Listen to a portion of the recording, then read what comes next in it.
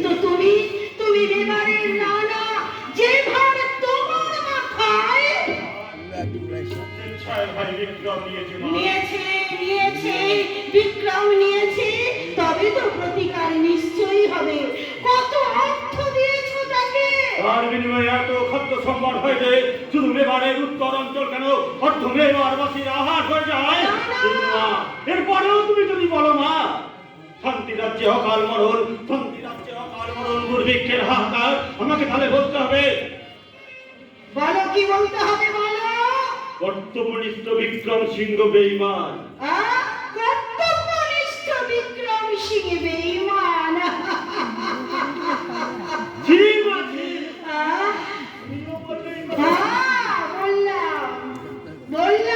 বিক্রম সিংহ শুধু তোমার ছেলে মা, সে আমার ভাই নয়। ভাইকে অবিশ্বাসী ভাববার মতো ছোট মন আমার নয়। আমাকে বলতে হবে রানাকে হেয় প্রতিফলন করতে এই ভুয়া দুর্ভিক্ষ এটাই শত্রুর রটনা। শত্রুর রটনা, শত্রুর রটনা। তাহলে দেখো, চেয়ে দেখো রানা, চেয়ে দেখো হাজার হাজার কঙ্কালসার মানুষ তোমার প্রাসাদে ঘিরে তোমার কাছে অন্ন চাইছে। ওরা কি সবাই তোমার শত্রু রানা? এতক্ষণে আমার মনে হচ্ছে তোমার মতো অপদার্থ পুত্রকে এই মেবারের নানা পদে অভিষিক্ত করা আমার ভুল হয়েছে। তুমি ঠিক ছবি বুঝে কোপটাকে মেরেছো, কিন্তু আমি তো জানি। কি জানিস? তোর মতো কুলাঙ্গার কিচ্ছু জানার দরকার নেই। কেন এসেছিস? কেন দুঃসংবাদ হয়ে এসেছিস? দুঃসংবাদ? হ্যাঁ, দুঃসংবাদ। কি দুঃসংবাদ? নেস্তর দ্বারা সাহায্য নিয়েও মেবারের প্রজারা নিরন্ন কঙ্কালসার হয়ে প্রাসাদের চারিদিক ঘিরে ঘুরে রুটি দাও, ভাত দাও বলে চিৎকার করছে। আমি এই মুহূর্তে কোষাধ্যক্ষকে আদেশ দিচ্ছি। আদেশ বড় রকমের দিতে হবে দাদামণি। ভয়ঙ্কর দুর্ভিক্ষের সঙ্গে এসে জুটেছে বিভক্ত অগ্নিকাণ্ড। অগ্নিকাণ্ডে কৈলাসবার 3 গ্রাম পুরো একেবারে নিশ্চিহ্ন হয়ে গেছে। দুঃসংবাদ এখানে শেষ নয় দাদামণি। কমলমীর যুগের যারা শত্রু ভাবে রন্ধ করে কারণ দিকে আমাদের মেবার রাজ্যের প্রধান ফসল নষ্ট করে দিয়েছে। দুঃসংবাদ, দুঃসংবাদ। অজানা শত্রু নয়, এ মা মহামায়ার রসে এই মেবারই ধ্বংস হতে চলেছে। না না, মহাপুরুষের বাণী কখনো মিথ্যা হতে পারে না। মহাপুরুষ আর কি বাণী দিয়েছেন মা? কামানে দিকে গোবিন্দ মন্দির ধ্বংস থামাতে 101টা ছাদ বলি দাও, তবে মায়ের রস থেকে এই মেবার মুক্তি পাবে। আমি এই মুহূর্তে আদেশ দিচ্ছি রত্ন সিংহ।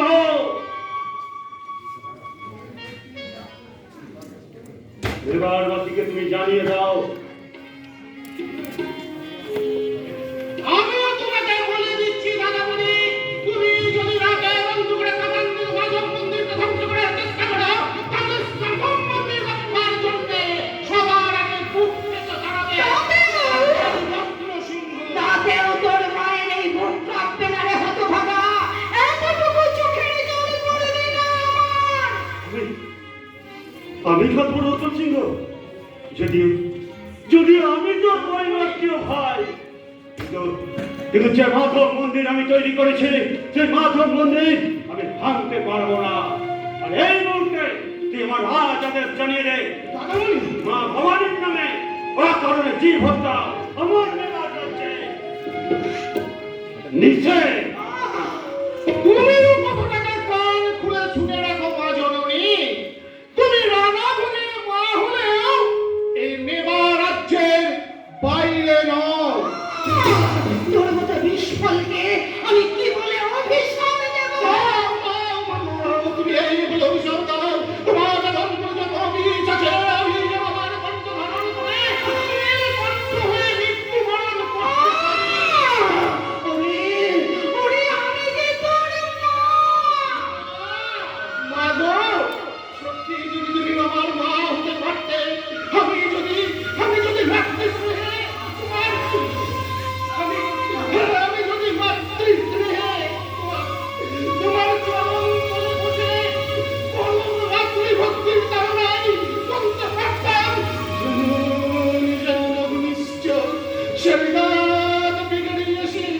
যেমন জন্ম ভূমিষ্ঠ সেটা তুমি করিয়সি, তাহলে মাতৃভক্তির গরিমায় সরবার করে গর্বিত হতাম আমি। কিন্তু কিন্তু মা, তুমি যে শুধু মেস্তা বিক্রম সিংহের মা, সে যে তোমার অমৃত ফল। তুমি তুমি বিষ্ঠ রত্ন সিংহের মা নাই বা হতে পারলে, যদি দেবী রানীকে ভালোবেসে রানা ভুজের মা হতে পারতে, তাহলে তুমি বুঝতে না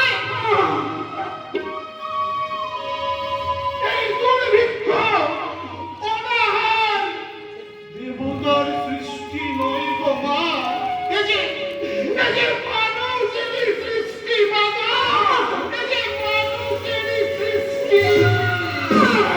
না, মানুষের সৃষ্টি, মানুষের সৃষ্টি। পেটের ছেলে এত বড় শত্রু হতে পারে, এত বড় শত্রু। রত্ন সিংহ কি বলে গেল মা? বলে গেল এই মেবারে পশি বলো বন্ধ। কথা বলি বন্ধ, নামে পশু বলি বন্ধ। এই আমার পেটের ছেলে, এই আমার পেটের ছেলে বিক্রম, বিক্রম, তুমি যদি এর প্রতিকার করতে না পারো, তাহলে আমি বুঝবো আমি নিঃসন্তান। এই তারা দেবী কেউ নেই, কেউ নেই, কেউ নেই। বলি বন্ধু, সব কিছুর মূলে ওই মীরাবাই ইন্দ্রজাল দ্বারা সবকে মায়া করে রামার চোখে মেবারের কিছু মানুষের চোখে হয়ে উঠেছে দেবী। এই দেবীর দর্প আমি চূর্ণ করব।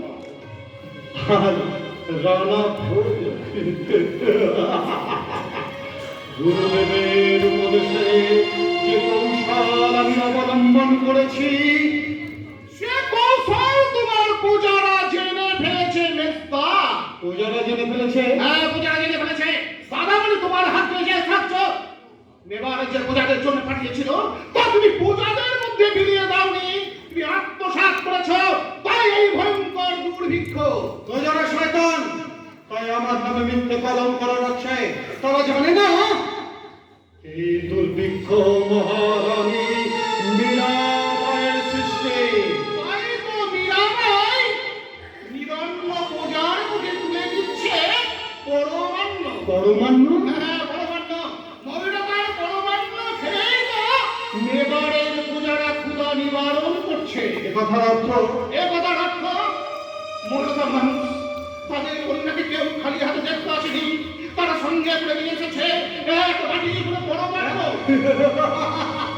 এক বাটি, সে আর কতটুকু? যতটুকুই হোক মেজদা, ততটুকু দিয়ে মেবারবাসীর ক্ষুধা নিবারণের পর এক বাটি পরমান্ন, এক বাটি রয়ে গেছে। কমেনি। রত্ন সিংহ,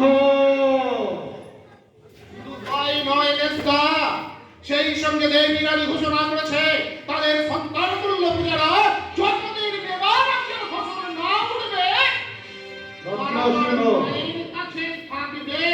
রত্ন সিংহ, ভগবান কৃষ্ণের দয়ায় রত্ন সিংহ, পূজায় অভুক্ত থাকবেন না। রত্ন সিংহ।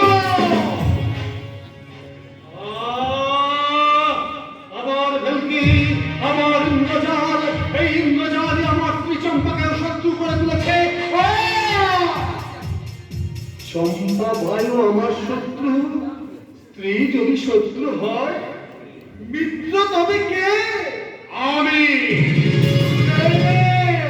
রানা আদেশ করেছেন রাজ শৈল মন্দির ঘিরে রেখেছে।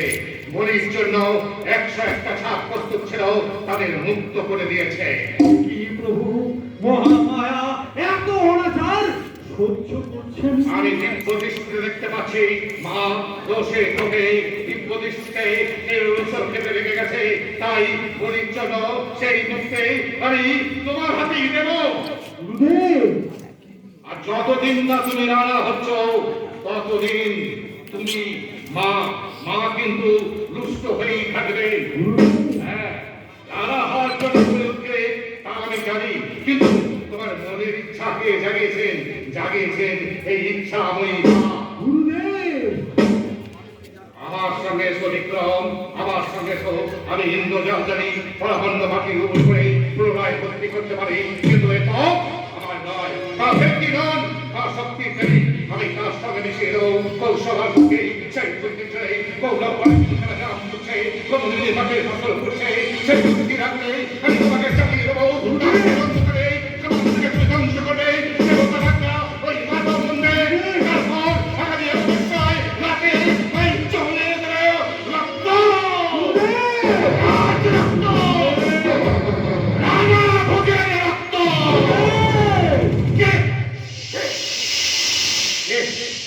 এটা ছায় মনে সরে গেল ওকে। ওই কাউকে তো দেখছি না গুরুদেব, কাউকে তো দেখছি না। আমার সঙ্গে এসো বিক্রম, তুমি আমার সঙ্গে এসো। ব্রাহ্মণের তেজ, মায়ের শক্তি আর ভক্তির তোমার ওই সিংহাসন ধরে